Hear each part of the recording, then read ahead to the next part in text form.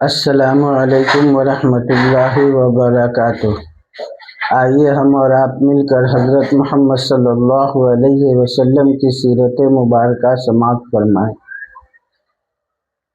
تنبیہ: یہ غزوہ دراصل اول سے آخر تک اسلام کا کھلا معجزہ تھا، ورنہ اس میں مسلمانوں کی فتح کوئی معنی نہیں رکھتی، کیونکہ ادھر 1000 نوجوان کا عظیم الشان لشکر ہے اور ادھر صرف 314 آدمی۔ ادھر بڑے بڑے دولت مند امراء میں جو تنہا سارے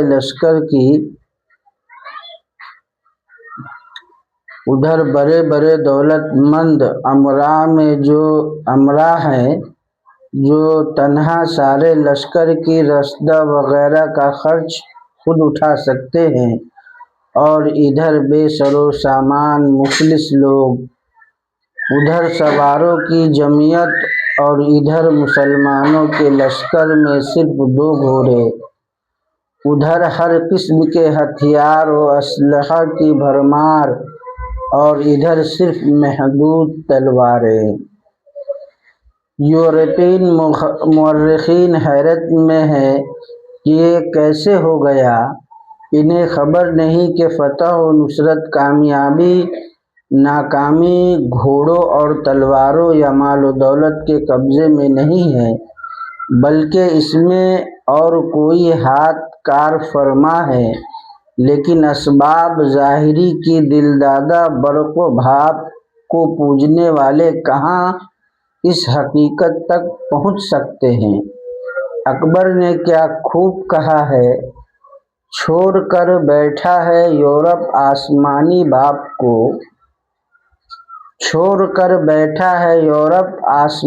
باپ کو، بس خدا سمجھا ہے اس نے برق کو اور بھاپ کو۔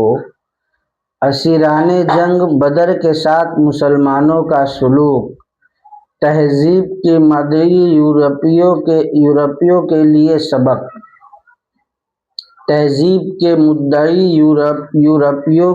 سبق۔ اسیران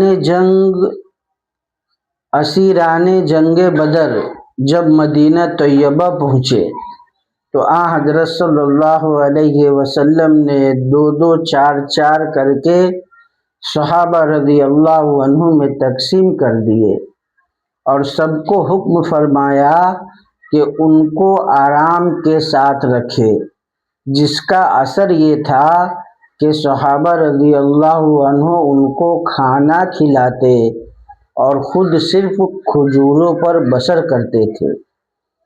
اسیران جنگ کے معاملے میں بعد مشورہ صحابہ یہ طے ہوا کہ فدیہ لے کر چھوڑ دیا جائے، چنانچہ 4-4 ہزار فدیہ لے کر چھوڑ دیا گیا۔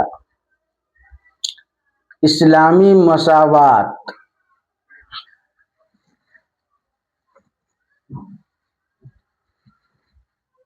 ان قیدیوں میں حضرت صلی اللہ علیہ وسلم کے چچا حضرت عباس رضی اللہ عنہ بھی تھے، جو بعد میں مسلمان ہوئے۔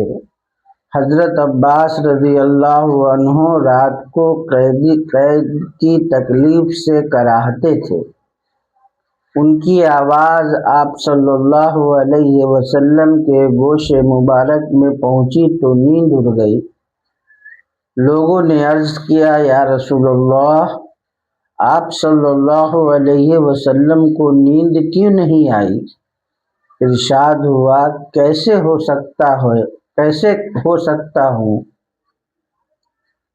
سو سکتا ہوں جبکہ میرے بزرگوار کے کراہنے کی آواز میرے کانوں میں پڑ رہی ہے۔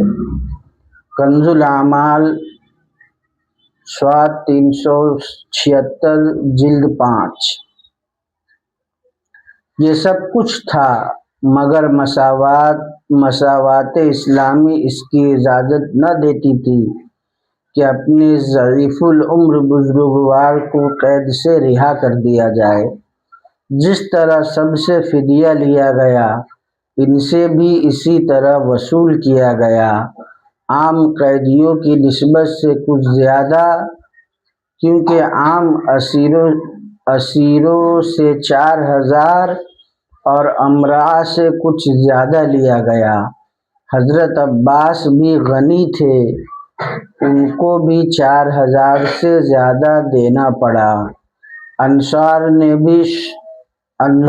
نے بھی عرض کیا کہ عباس سے فدیہ معاف کرا دیا جائے، مگر اسلامی مساوات میں عزیز و اقارب اور دوست و دشمن سب برابر تھے۔ انصار کے کہنے پر بھی یہ قبول نہیں کیا گیا۔ اسی طرح آپ کے داماد حضرت ابو العاص رضی اللہ عنہ بھی اسیران جنگ میں آئے، ان کے پاس فدیے کے لیے مال نہ تھا، اس لیے ان کی زوجہ یعنی حضرت صلی اللہ علیہ وسلم کی صاحبزادی حضرت زینب رضی اللہ عنہ کو، جو مکہ میں مقیم تھی، کہلا بھیجا کہ فدیے کی رقم بھیج دے۔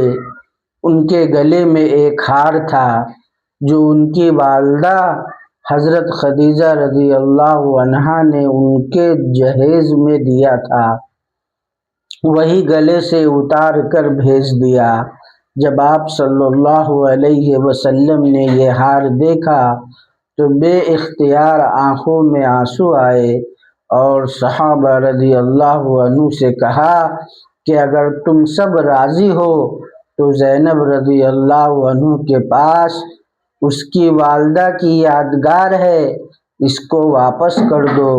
صحابہ نے بخوشی قبول کر کے واپس کر دیا اور ابو العاص سے کہہ دیا کہ حضرت زینب رضی اللہ عنہا کو مدینہ بھیج دے۔